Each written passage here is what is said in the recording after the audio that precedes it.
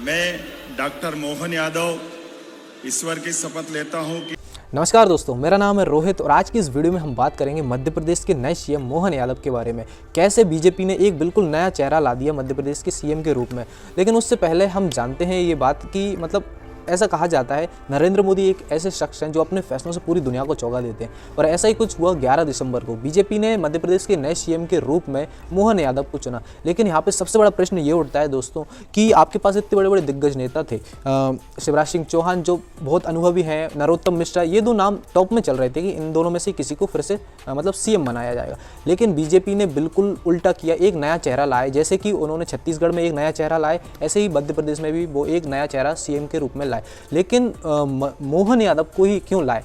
तो दोस्तों, मोहन यादव को मध्य प्रदेश के सीएम बनाने के 5 कारण हैं जो हम आपको इस वीडियो में आगे बताएंगे। लेकिन चलिए उससे पहले जान लेते हैं मोहन यादव का बैकग्राउंड और उन्होंने अपनी पॉलिटिकल करियर की जर्नी कैसे स्टार्ट की। मोहन यादव का जन्म उज्जैन में होता है। पिता का नाम पूनम चंद यादव है और माता का नाम लीलाबाई यादव। अभी ये मोहन यादव हो चुके हैं 58 साल के। बात करते हैं इनकी पढ़ाई की। इन्होंने BSc डिग्री कर रखी है, LLB भी की है, MBA भी किया है, MA इन पॉलिटिकल साइंस भी किया है और साथ में इन्होंने बिजनेस एडमिनिस्ट्रेशन में ही डॉक्टरेट की डिग्री भी हासिल की है, इसलिए इनको डॉक्टर मोहन यादव भी कहा जाता है। अब बात करते हैं दोस्तों इनके पॉलिटिकल करियर की। मोहन यादव ने 1982 में ABVP को ज्वाइन किया, जो कि अखिल भारतीय विद्या परिषद विद्यार्थियों यानी स्टूडेंट्स का संघ है। वो फिर आगे जाके कई और पदों पर उन्होंने अपनी सेवा प्रदान की। 1987 में बीजेपी को ये ज्वाइन करते हैं। फिर साल आता है फाइनली 2013, जब उज्जैन के साउथ से पहली बार ये चुनाव लड़ते हैं विधानसभा का और जीत जाते हैं और विधायक बन जाते हैं। 2018 में फिर विधायक बन जाते हैं विधानसभा का चुनाव जीतकर और 2020 से लेकर 2023 तक इनको शिवराज सरकार के अंडर मध्य प्रदेश का उच्च शिक्षा मंत्री भी बनाया जाता है। लेकिन दोस्तों 2023 में ये उज्जैन साउथ से विधायक ही नहीं बल्कि किसने सोचा था कि ये मध्य प्रदेश के सीएम बन जाएंगे। दोस्तों इनके सीएम बनने की कहानी कुछ दिनों पहले ही स्क्रिप्ट ये बीजेपी ने पहले ही लिख ली थी। 6 दिसंबर को इनको शाम को लगभग 5 या 6 बजे ऐसा दिल्ली से कॉल आता है। ये तुरंत दिल्ली के लिए रवाना होते हैं। दिल्ली में ये मिलते हैं बीजेपी के राष्ट्रीय अध्यक्ष JP नड्डा से। लगभग 15 मिनट इनकी मीटिंग होती है। फिर अगले दिन 7 दिसंबर को ये वापस आ जाते हैं। इस मीटिंग के वजह से ऐसा सुनने में आ रहा था कि इनको मध्य प्रदेश में प्रदेश अध्यक्ष बनाया जा सकता है। लेकिन फिर हुआ कुछ और ही जो किसी ने नहीं सोचा था, वो सीएम बन गए। लेकिन ये कैसे हुआ, चलिए वो भी जानते हैं। दोस्तों फिर तारीख आती है 11 दिसंबर की, जिस दिन बीजेपी दल के सभी विधायकों को भोपाल के दफ्तर में मीटिंग होती है। ये मीटिंग लगभग 15 मिनट चलती है और इस मीटिंग में कई बड़े नेता होते हैं और हरियाणा के सीएम मनोहर लाल खट्टर भी मौजूद होते हैं। मनोहर लाल इस मीटिंग के बाद 6 मिनट का लगभग स्पीच देते हैं। उसमें कहते हैं कि बीजेपी एक डिसिप्लिनरी पार्टी है और सेंट्रल गवर्नमेंट जो भी डिसीजन लेती है हम सभी को उसको मानना चाहिए। फिर शिवराज सिंह चौहान अपनी ओर से मोहन यादव का नाम प्रस्ताव में रखते हैं। मोहन यादव का नाम अपनी तरफ से देते हैं और सभी विधायक फिर इसको सहमति दे देते हैं। फिर दोस्तों पीछे आगे से तीसरी रो में जो मोहन यादव बैठे थे, अचानक से अपना नाम सुनते हैं कि सीएम के लिए उनका नाम चुना गया है, तो वो एकदम से चौंक जाते हैं। उनको बिल्कुल भी विश्वास नहीं होता कि उन्हें सीएम बनाया गया है। लेकिन फिर इसके बाद वो सभी का धन्यवाद करते हैं और आपने वीडियोज़ में देखा होगा कि वो सीएम शिवराज सिंह चौहान के पैर भी पड़ते हैं, उनसे आशीर्वाद भी लेते हैं और इस तरह उनको सीएम बना दिया जाता है। लेकिन दोस्तों अब बात करते हैं उन 5 कारणों की जिसकी वजह से मोहन यादव को, ना शिवराज सिंह चौहान ना नरोत्तम मिश्रा, इन दोनों को भी नहीं बनाया गया, मोहन यादव को ही क्यों बनाया गया सीएम। चलिए अब इस पर चर्चा कर लेते हैं। दोस्तों पहला कारण है सेकंड लाइन लीडरशिप। ध्यान से सुनिए, second line leadership.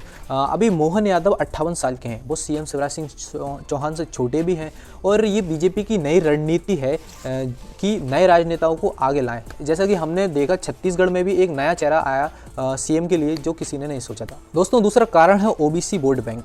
Mohan Yadav OBC category से आते हैं और बीजेपी जानती है कि मध्य प्रदेश में 50% से ज़्यादा OBC लोग हैं, OBC के वोट्स हैं।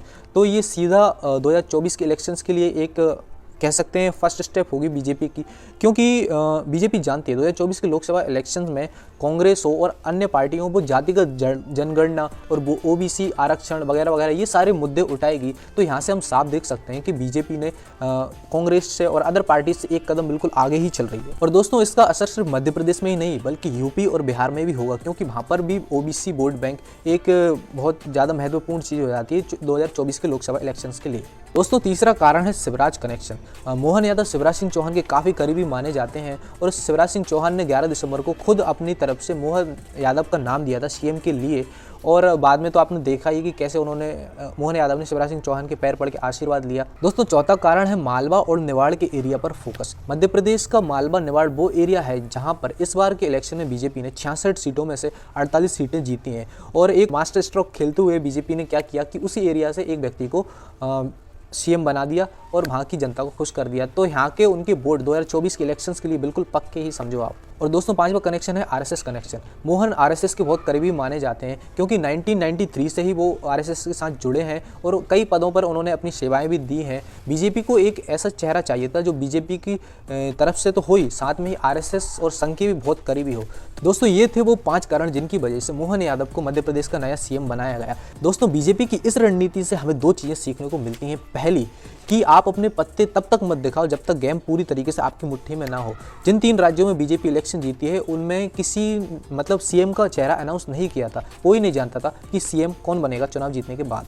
और दोस्तों दूसरी चीज़ है टीम वर्क। जिस तरीके से मोदी जी ने, शाह जी ने, शिवराज सिंह जी ने और कई बीजेपी के अन्य नेताओं ने जो ग्राउंड पर वर्क किया, रोड शोज़ किए, उसका सबसे ज़्यादा फायदा उन्हें ये हुआ इलेक्शंस के अंदर कि वो छत्तीसगढ़, मध्य प्रदेश और राजस्थान के अंदर चुनाव जीत गए।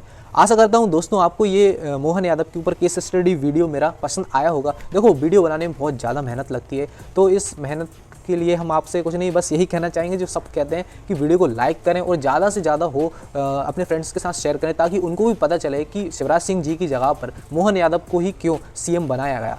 और ऐसे ही और वीडियोज़ के लिए चैनल को सब्सक्राइब कर लें। मिलते हैं अगले वीडियो में।